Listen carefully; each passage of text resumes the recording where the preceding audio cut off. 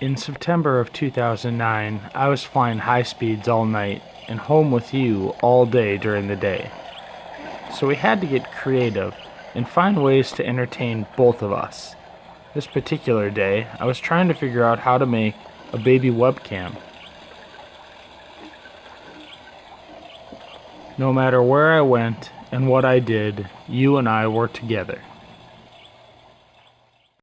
It was one of the greatest times in my life. I had all day, every day, just to spend with you.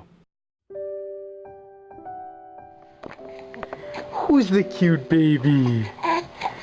Who's the cute baby, huh?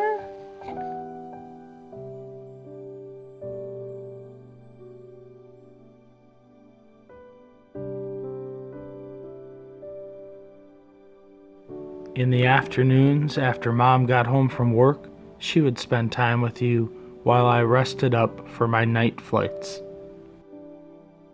On the weekends, we took you on grand adventures. This was a festival in Almalund, Minnesota.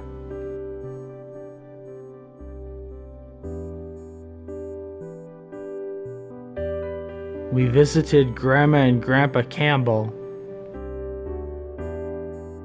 and sometimes they even visited us and brought you special gifts.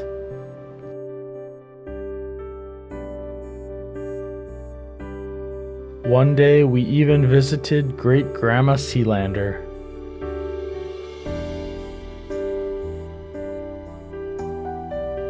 You and I and Murph never stopped adventuring. And even though I took you to some amazing places, let's be honest, you weren't always looking at the river. Some days you were more interested in seeing if you could get your hand in your mouth. We visited Grandma and Grandpa Sealander's cabin a lot that fall. I don't think there was any place we would have rather been than on a boat out on the lake. It was a beautiful place to spend time, surrounded by wonderful people. Even Murphy had a couple friends that would swing by to play now and then.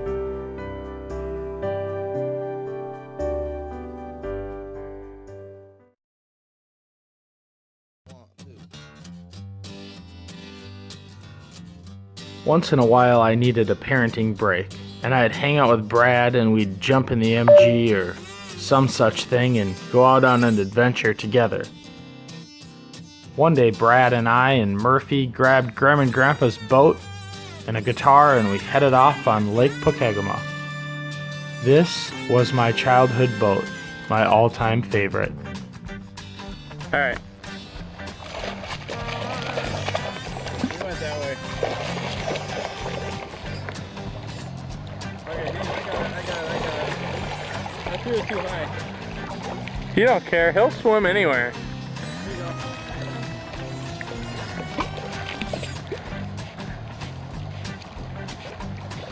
I wish we would have brought the ball, because he's never going to find the rock. Dive, Murphy.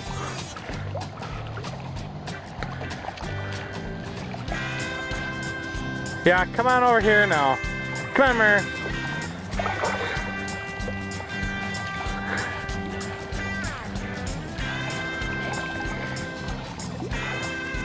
A full-bred beagle that swims is a pretty rare occurrence, but Murph was an avid swimmer.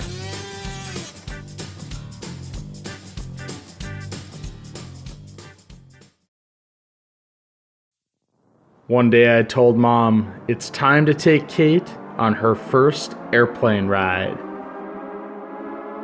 Huh? We wanted to start with a short flight, so we decided to go to Fargo. We packed you in your car seat and headed down to the Minneapolis airport. I tried to gate check you, but the gate agent said, "Sir, you're gonna have to hold your baby." You were so excited. You and Mom and I climbed on the plane and got comfy. While we were taxiing along getting ready to take off, you fell fast asleep. As the aircraft began to pressurize, I was watching you close to make sure that you didn't have any issues with your little baby ears.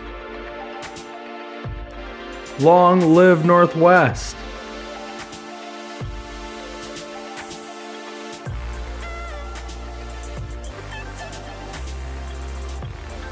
Then, just as we lifted off the ground, you smiled.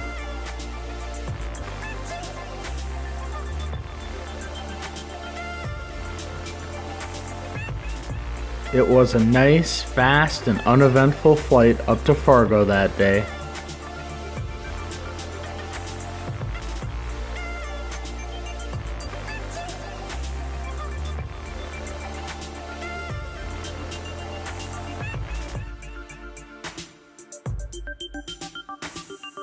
The pilots made a beautiful touchdown, and you didn't even wake up.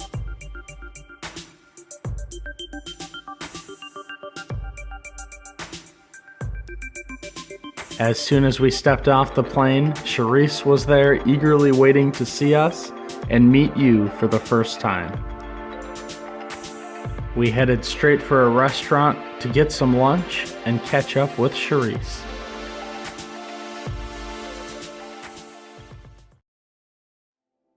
The next morning, Mom and Charisse just needed some time as friends. So I decided to take you for a walk. We were just down the street from Concordia College. It was a weekend and the place was a ghost town. Many college campuses are some of the most beautiful places you will ever see. Not only is the landscaping gorgeous, but what's more beautiful than a place of learning? I don't care if you're in kindergarten, college, or an old woman. Never allow yourself to quit learning. Keep your eyes open to everything around you. We walked in a chapel, and immediately I spotted a grand piano. It must have been a Saturday. There were no students around and no church service. I almost never turn down the opportunity to play a grand piano, especially if it's a Steinway.